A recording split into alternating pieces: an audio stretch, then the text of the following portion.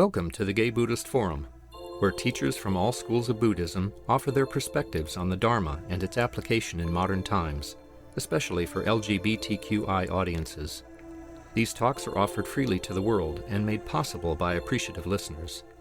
If you would like to support our efforts to share the Dharma with underserved audiences, please visit gaybuddhist.org. There you can donate, find a list of upcoming speakers, or enjoy many hundreds of these recorded talks dating back to 1996.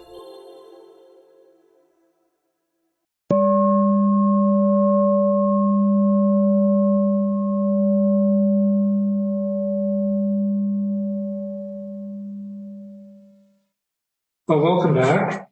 Our tradition is to go around and say our names, introduce ourselves. So people do that for the people who are on the street. My name is Cass. Risha. George. Matthew. Jeff. Jerry.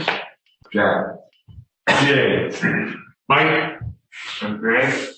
My name is Stephanie. Jim. Susan. I'm Brad.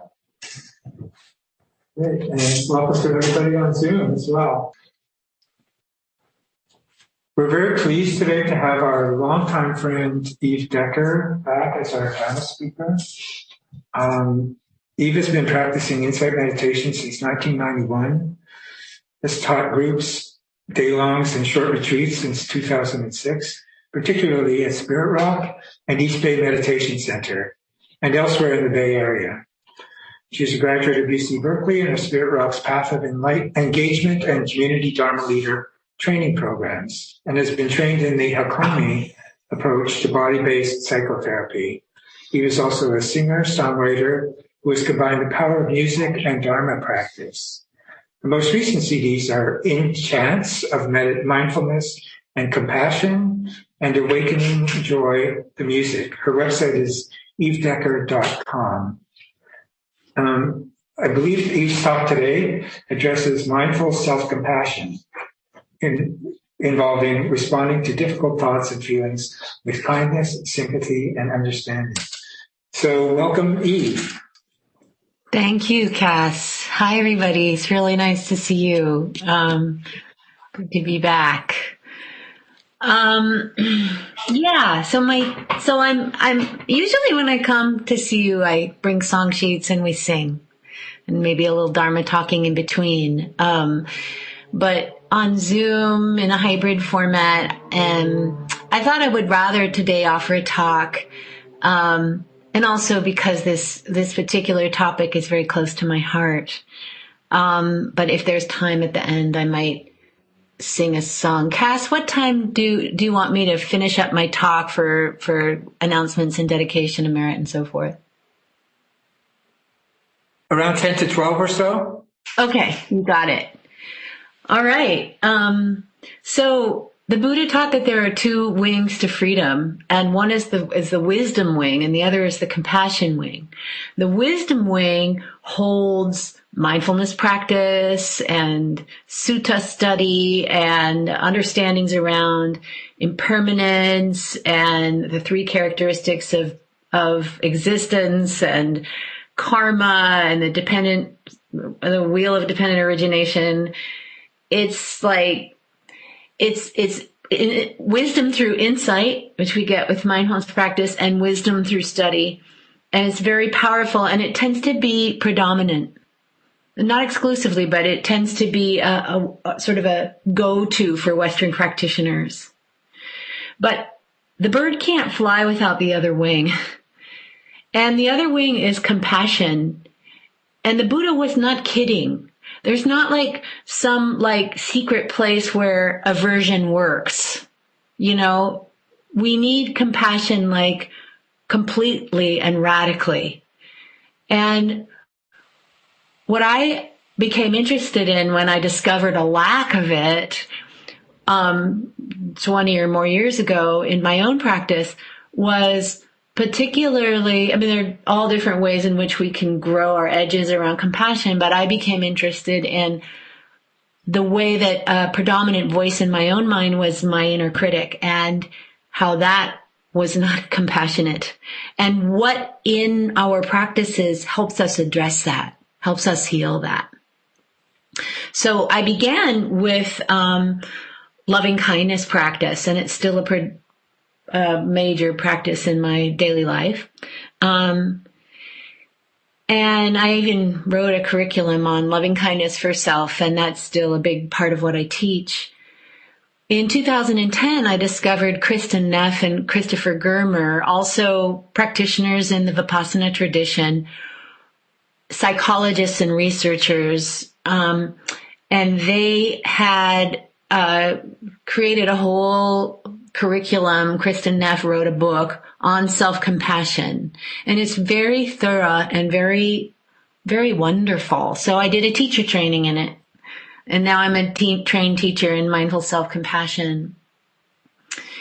The definition of self-compassion is treating ourselves with the same kindness that we would treat a friend when they're having a struggle or difficulty. Treating ourselves with that same degree of friendliness and spaciousness and patience and care that we might offer someone else when they're struggling. So just as a reflection right now, I want to invite us all to consider what it's like when you are in a good space and you encounter a friend who is a close friend who's struggling in some way. Somebody you care about who's had a misfortune, a loss, a failure, a challenge. How do you typically respond to your friends in such situations? Just thinking about that for a moment. What might you say? What kind of tone of voice do you use?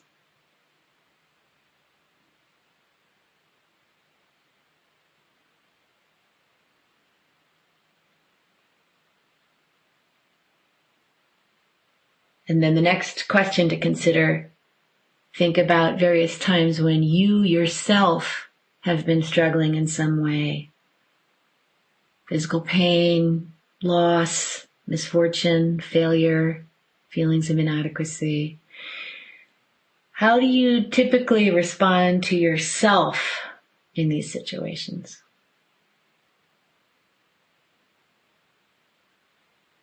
What kind of language do you use towards yourself? And what kind of tone of voice might be going on in there?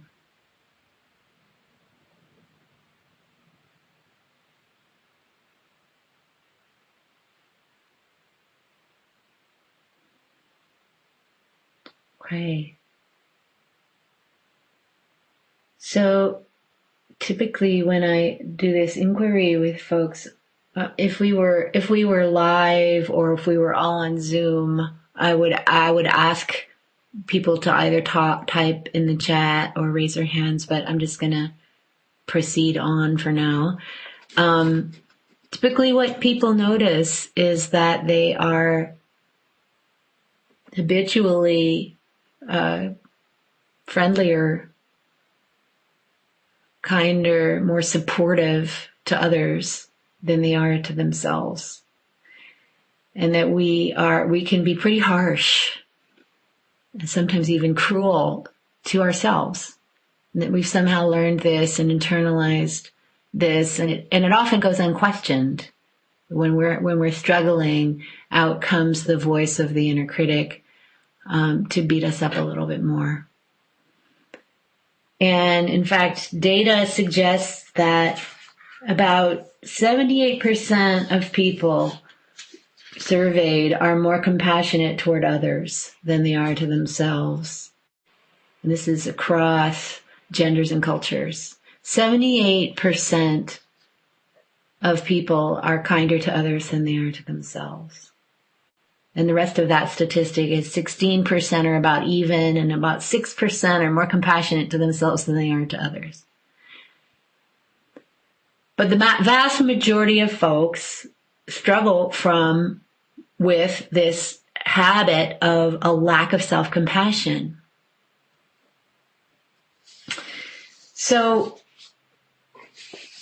in order to learn self-compassion, it is helpful to understand, like break it down into what are its components. So Kristen Neff teaches that there are three different aspects of self-compassion. The first is mindfulness. We can't address our struggles if we're not aware of them. So mindfulness allows us to be aware in the moment or shortly after, whenever we employ mindfulness, oh, this is difficult. Oh, this is a moment of stress or suffering or challenge or discomfort or whatever it is. Mindfulness allows us to perceive it in the moment and name it, and then really see the size of it accurately. So on the one hand, mindfulness prevents denial and minimizing. But then on the other hand, mindfulness prevents excessive storytelling, over-identification with struggle, which is another place we can go with our minds, where on the one hand, we can fall into the ditch of denial, and on the other hand, with pain or struggle, we can catastrophize, or look back into the past and go to self-blame or self-remorse, or, the mind can kind of build up and out in a way that's also not helpful. So mindfulness allows us to acknowledge and recognize difficulty when it's arising, but keep it right-sized. Just, what is it? What's happening right now? Oh, there's this physical pain. Oh, there's this loss. Oh, there's this difficult emotion, and here's what it feels like in the body. So mindfulness is really important for self-compassion, and we can actually do just a little exercise to kind of get more of a sense of this. If you clutch your fists, just hold them tightly. Feel that sense of discomfort, contraction, tightness there. That kind of represents, or that's a metaphor for resistance, denial on one hand and reactivity on the other, which are what we very typically do with discomfort. We resist, we fight back, and it actually is not comfortable. And then if you open your hands and just let the palms open up towards the ceiling, feel that sensation. That's a metaphor for mindfulness. We're accepting in the moment that this is what is, but we're not fighting against it with denial or over-identification. We're just letting it be. So you can see there's that sense of acceptance, openness, equanimity with what is. That in itself is an act of self-compassion. If we were to end right there and we do. Many of us, for me, sometimes that's all I practice is mindfulness. And that in itself can allow for a being with what is, that is, just more friendly, more realistic, more allowing. But that's just the first component. Then the second component of self-compassion is common humanity, as opposed to isolation. We, when we are, this again is this conditioned, and it's in many cultures, but it's not in all cultures. When we are in pain of any kind, suffering or struggle of any kind, the mind tends to take us into there's something wrong with me, somehow not doing what I should do or didn't do what I should have done. There's a lot of conditioning around that. And that kind of thinking contracts us inward. And so we can work with the mind. It's wonderful when where we're able to reach out and be in community or reach out to a friend. That's all all part of common humanity. But we can start before that, where we're still alone with our own experience. We can work with our minds with common humanity just to remember, just to remind the mind that whatever it is we're going through, no matter the particular details, there are others who are going through the same thing. And this practice of just reminding the mind that we're not alone with our suffering calms the nervous system. We evolved as herd animals. Our systems, our unconscious, our limbic brains know that we need each other to survive. And when we've got a voice telling us that there's something that we're uniquely flawed in some way, that is really hard on the nervous system because it feels like it's been separated from the herd. And so we just, with common humanity, we just remind ourselves, other people feel this way too. Other people have this kind of pain. Other people experience this kind of shame or grief or rage or whatever it is. Not alone.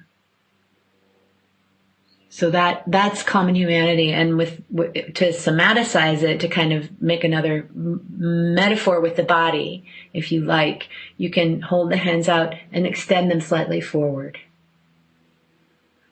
It can be brave to do that when we're feeling contracted and isolated. But that's the symbol of both giving and receiving, of connecting. That's a part of common humanity.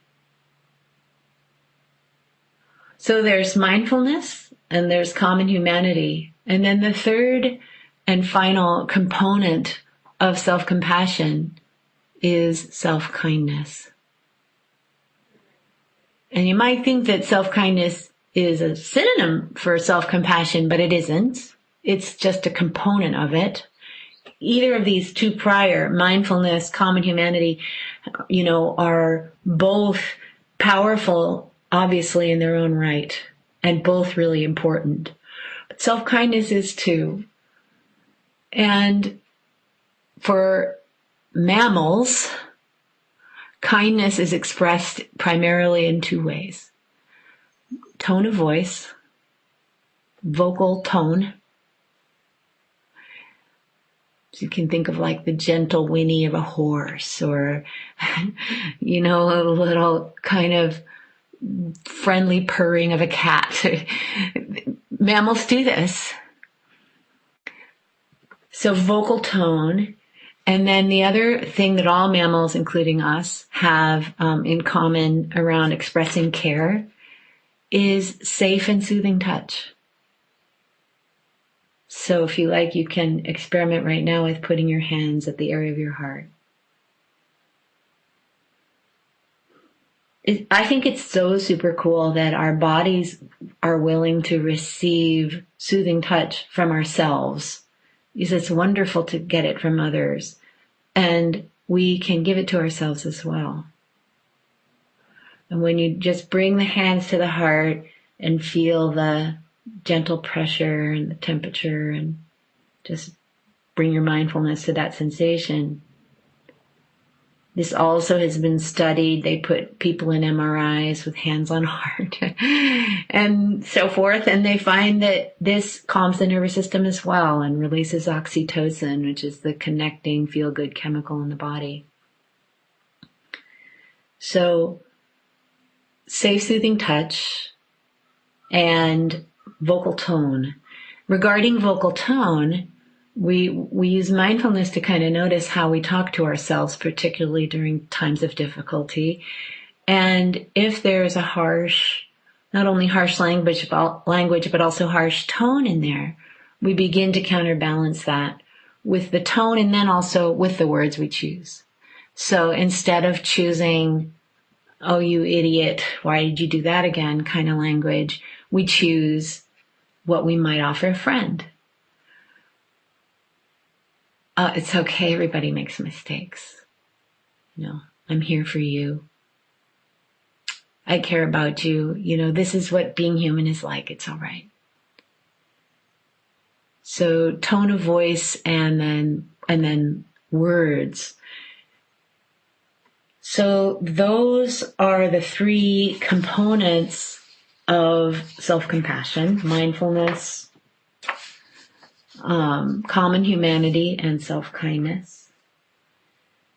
And then the research, there's tons of research now on compassion as much as there is on mindfulness, partly because of Kristen Neff and Christopher Germer, who created this curriculum, being researchers, both running studies themselves and also gathering studies. There's just lots of studies. And so just a very brief sort of peek into that world.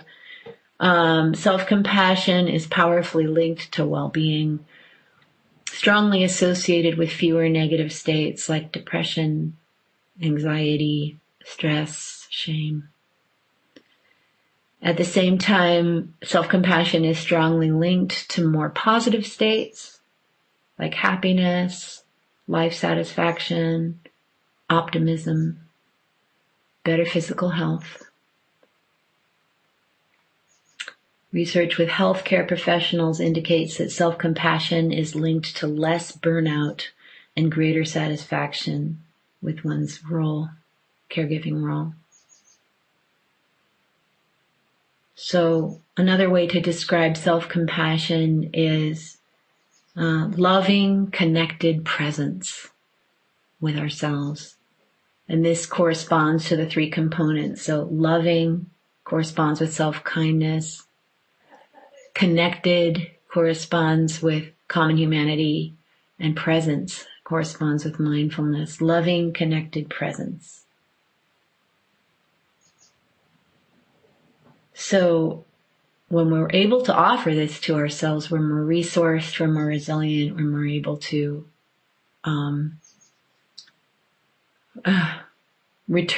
come back to the world as it is, which, as we know, is challenging. Oh, that reminds me of something I meant to say at the beginning of this talk.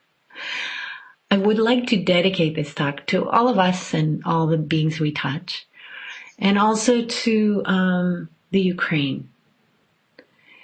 And a wish that, an understanding that anytime we are gathered here in an effort to increase our wisdom and compassion, our efforts touch the threads of all the other efforts. Like it's all part of the same cloth. And so even though today I'm talking about self-compassion, this larger movement towards love and awareness, I believe, is what we need in order to transform the world, and may it be so. Okay, so I want to speak about concerns that we as a Western culture tend to have about self-compassion. We have a lot of conditioning. I think of the mainstream culture in the United States as kind of a John Wayne culture, self-reliant, independent. There's some good things about that, but there's also some harsh things. And one of the harsh things is that self-kindness, self-love, self-compassion are considered abhorrent in some cases, not okay. And we grow up with that kind of belief and internalize it to some degrees, various degrees. I know when I first encountered the critic in my own mind in the 90s at some point in meditation practice. And then, as I said, I my way of handling that was to go to loving kindness practice, but I still really, kind of pendulated back and forth between deepening and loving kindness and this strong old voice of the inner critic. And then when I encountered the self-compassion work and I really was trying to apply it, I found that my main concern about self-compassion was that if I were to truly integrate it into my life, I would no longer be motivated. I had really internalized the message of spare the rod, spoil the child. And I felt that if I didn't beat myself up, I would just stay on the couch and I wouldn't do anything. So I had to be brave and just see if I stayed on the couch while I was practicing self-compassion. And I actually did have some time of staying on the couch at first.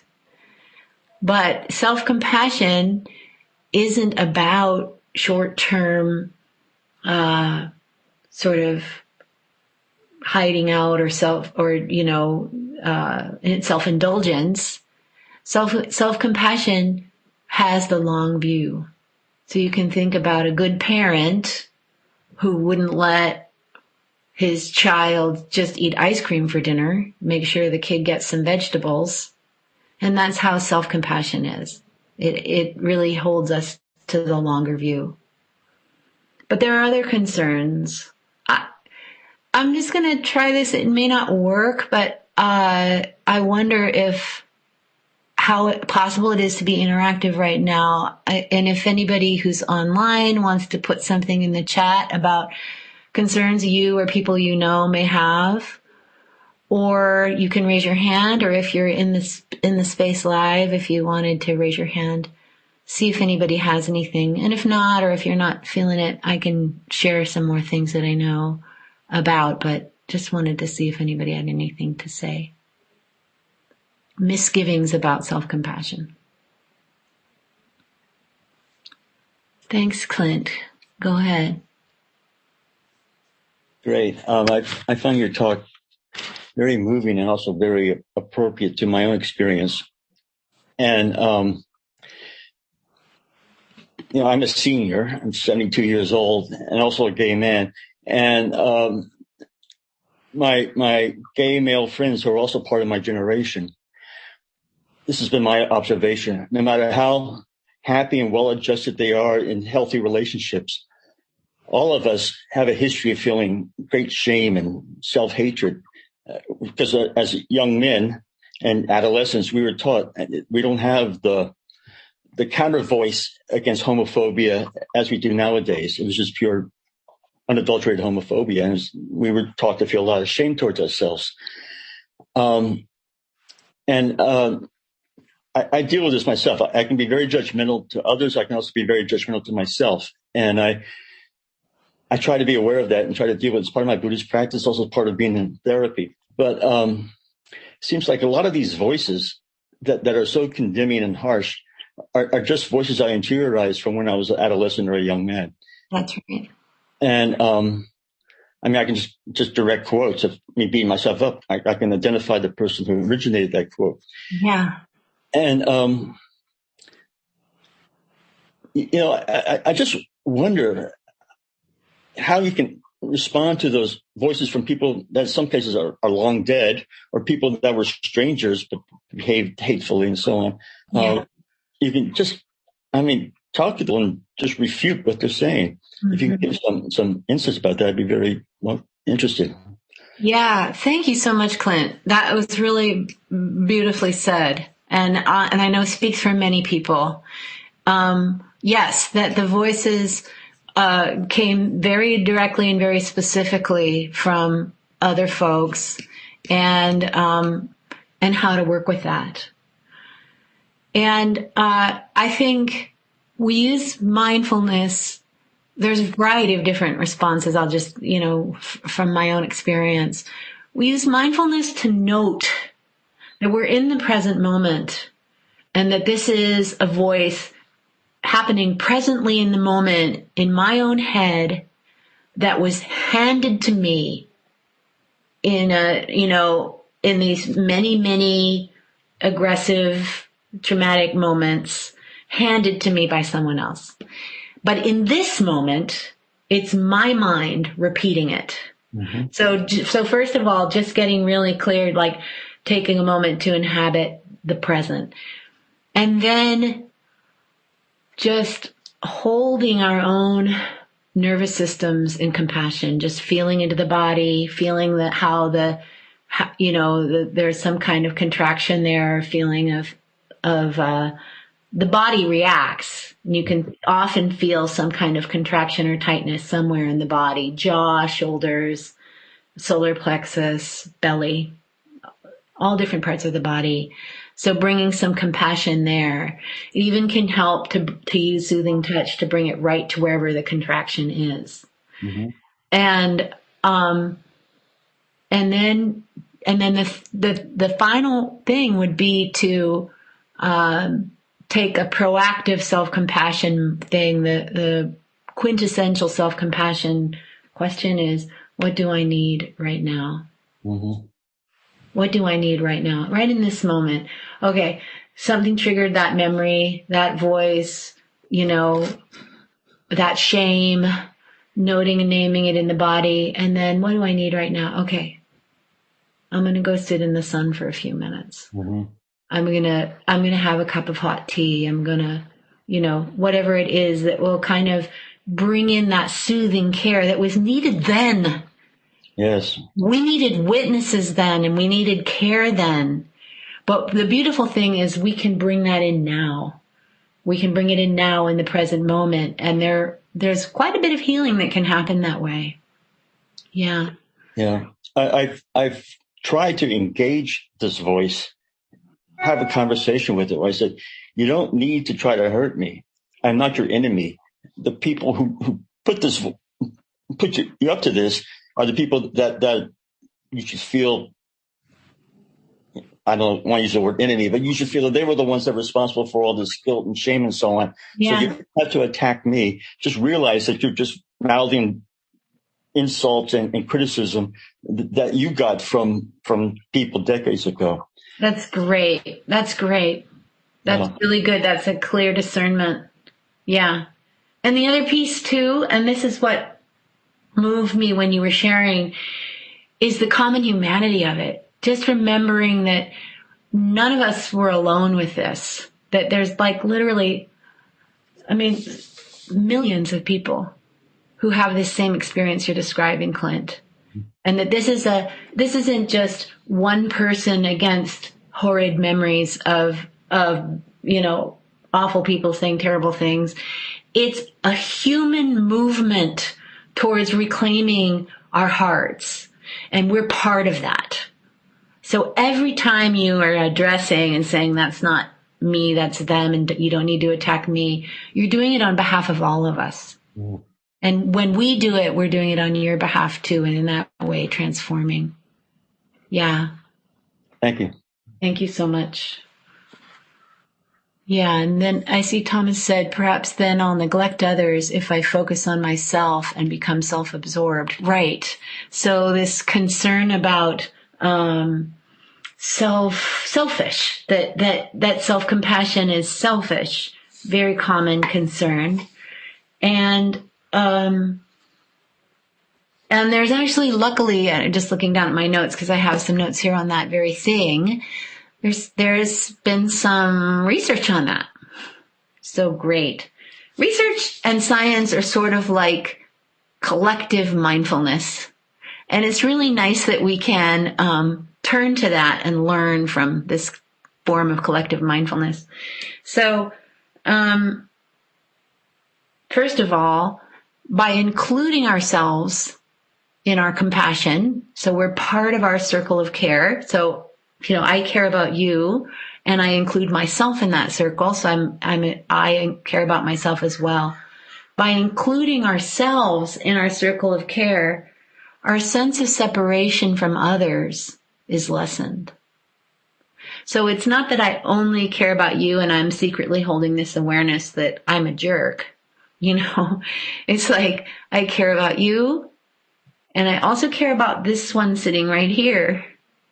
And it can be really a foreign concept, but we're just including ourselves in the circle, and so the sense of belonging is increased.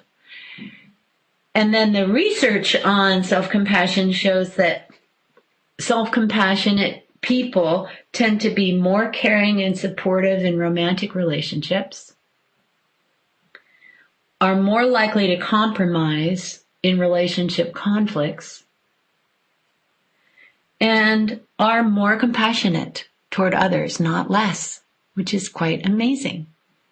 But if you break it down, it's like, well, if I've been practicing self-compassion, then I have those skills kind of ready and able to offer to you. Mm-hmm. I know the tone of voice. I know the language. I've been practicing it.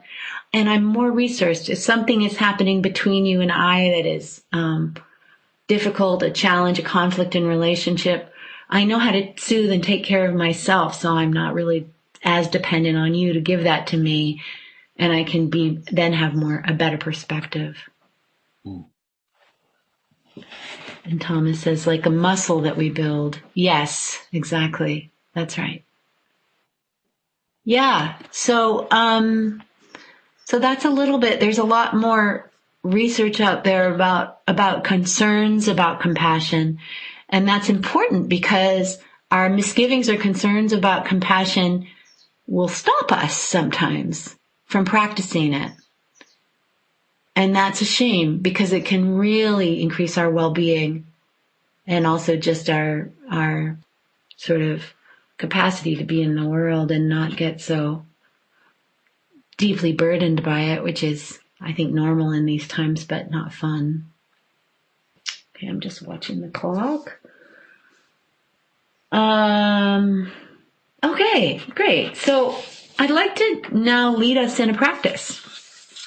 So self-compassion, there's a practice which I'm going to teach you. It's called the self-compassion break. Some of you may know it. But I also just want to say that there are many ways that we do take care of ourselves already. Ways we take care of ourselves physically, with the various exercise that we do or healthy eating or whatever. Ways that we practice self-compassion mentally, watching a funny movie when things get overwhelming or practicing meditation or all the different ways we kind of work with our minds. Therapy. And then there's relational compassion and spiritual compassion. There are things we already do. So this is just maybe one more tool to have. I'm going to lead it through as a meditation, but it once you've learned it, it can be done fairly quickly in a moment of difficulty. It's the three components: mindfulness, common humanity, and self-kindness. So we'll just try this. So if you like, you can again sit as for practice. And if you like, you can close your eyes or soften your gaze or whatever is comfortable for you.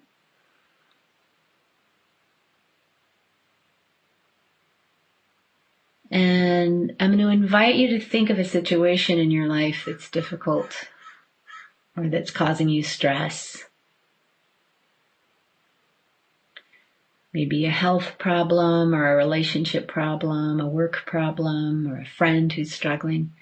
But see if it's possible. Invite yourself.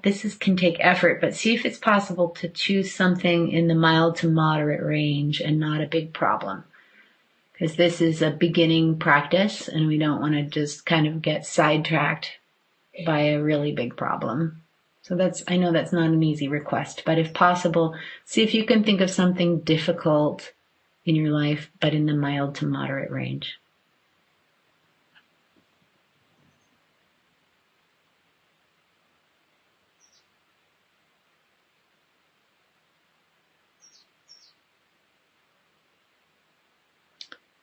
Can you feel discomfort in your body as you bring this difficulty to mind?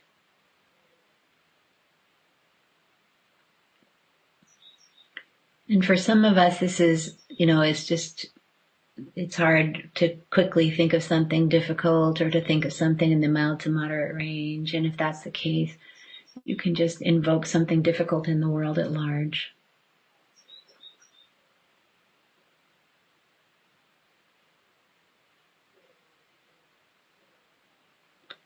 And now saying to yourself, this is the mindfulness part, saying to yourself, this is a moment of difficulty.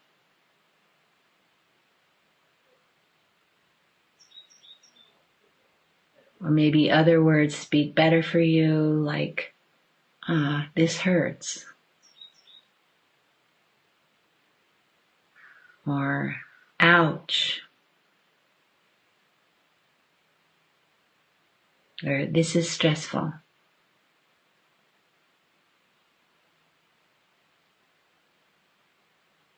Or again, this is a moment of difficulty.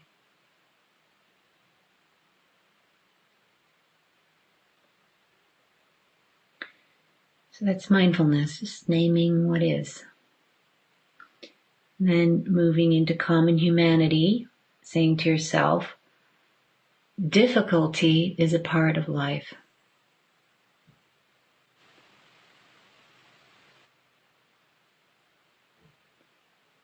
Difficulty is a part of life. Or other options could be, I'm not alone.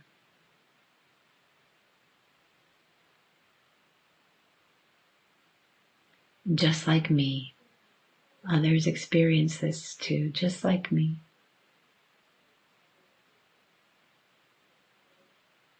This is how it feels when people struggle in this way. Common humanity. And finally, putting your hands over your heart, feeling the warmth of your hands and the gentle touch of your hands on your chest. The power of soothing touch. And saying to yourself, may I be kind to myself. Or another way of saying this is, may I give myself what I need.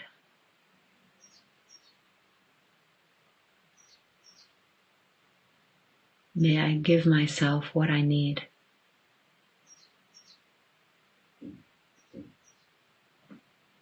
Or, I've got your back.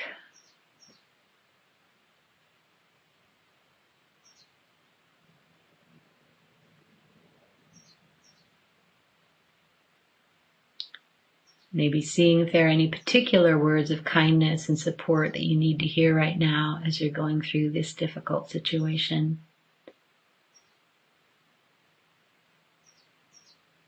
Some options could be, may I accept myself as I am.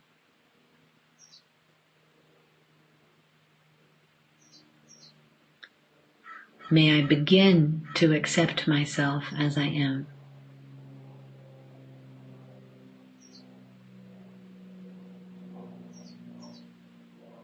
May I forgive myself. May I be strong.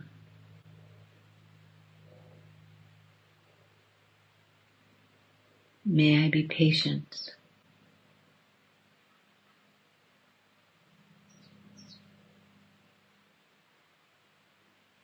May I be kind to myself.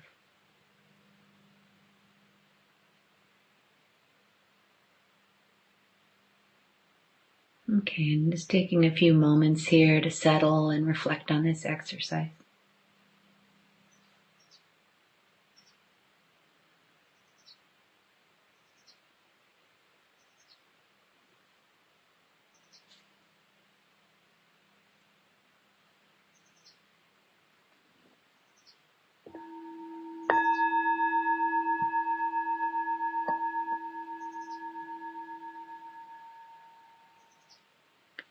So if you think that's an exercise you want to familiarize yourself with more, if you go to a website called selfcompassion.org, that's Kristen Neff's website, and once you're there, if you go to the exercises page, you'll find this very meditation recorded and also, I believe, also written out in a script. So it's something you can work with. I believe it's also, you'll find it on places like Insight Timer, the app Insight Timer. But it's available out there in the interwebs if you want to keep working with it. It's called the Self-Compassion Break. I'm also I regularly teach this, and I'm teaching a 6-week class beginning Sunday. If you want to do a deep dive with me, you can go to my website, evedecker.com, for more info about that. So I think I have 3 minutes left for my presentation, and I would like to close with a song. So when I had this discovery of my own hefty inner critic and began the journey to change the inner narrative. So this is a song that I wrote about my process of just realizing that it's possible to change the inner voice, and that by doing this work, the self-compassion break and mindfulness and all the pieces, that it was possible to have true self-acceptance.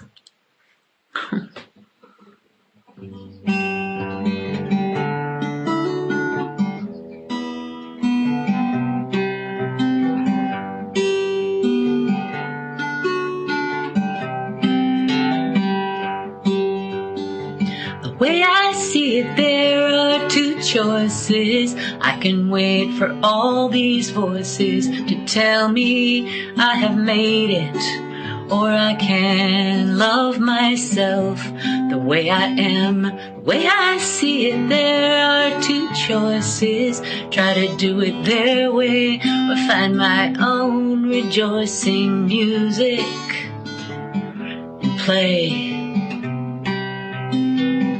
I've been given a responsibility to love myself like I would love a child, chaotic, wild, and turning, building bridges burning, just as I am, to love me. Maybe self-hatred protects me until the day no one rejects me. If I reject myself first, your coldness might not hurt as much. Maybe if I work harder, try more, do more, faster, longer, the day will come when I feel loved by everyone. I've been given a responsibility to love myself like I love trees. Okay, when branches crack and fall, no striving, no have-tos at all. The sparkling green that breathes me just as I am, loves me. No, I do not have it I never have, and I never will. And I know that you don't have it all together either, 'cause nothing here was made that way. We're all falling, we're all flying, we're all playing, we're all dying.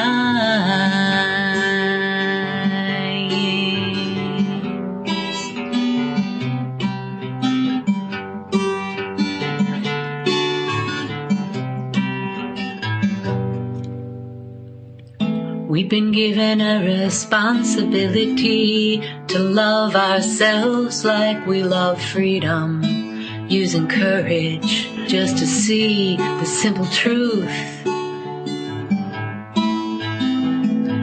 of you and me. Love looks like humble gratitude, like endless forgiveness. Just as we are, just as we are, just as we are, just as we are, just as we are, just as we are. The way I see it, there are two choices. We can wait for all these voices to tell us we have made it, or we can love ourselves as we are. Thank you.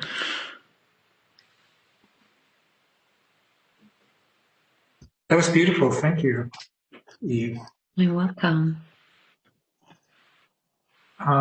Did you have any final comments, or should we go into announcements? That's it. That's my share. Thanks. Yes, thank you. Thank you so much, Eve. What was the name of the song again? Simple Truth.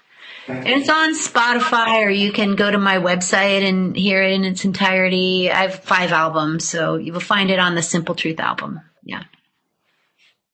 EveDecker.com. Yeah. Thank you.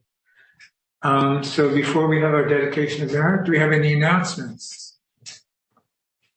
Hi, I am the host for today. This is Greg. Dharma is the Pali word for generosity.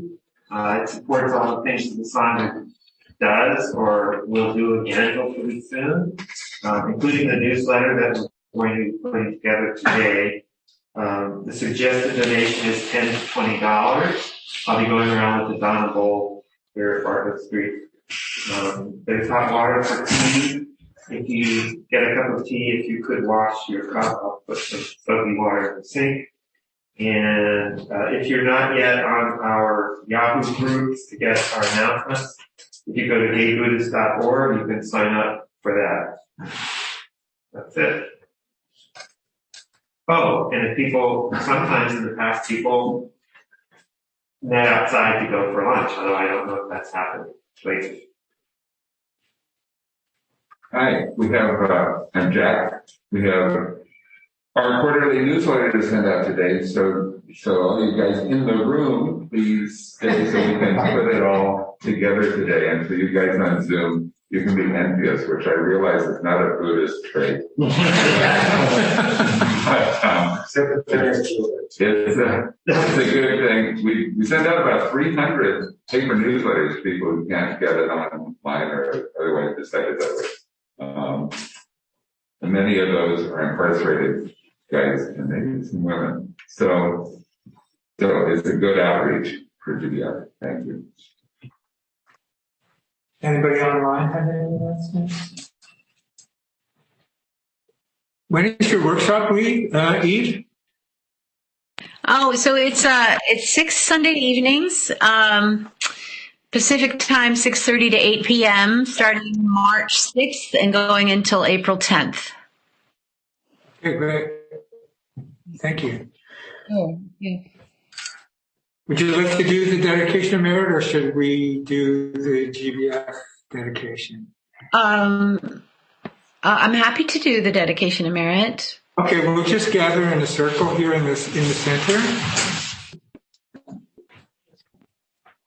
Or semicircle. Horseshoe. Okay. So merit means good energy. And we generate it by being in circles like this. And then dedicating means our own generous hearts offering this out for all beings, but including ourselves in the circle of care, remembering that we too are a part of all beings. May the merit of this practice be for the benefit of all beings everywhere, including ourselves. May all beings everywhere be free. Thank you. Thank you for a wonderful talk. Well, our speaker next week is Bob Isaacson, right? All right. Thank you. Wonderful to hear you singing. Can't wait till we can have you here in the center again and feel it, really feel it. Yeah. Hopefully next time. Yeah.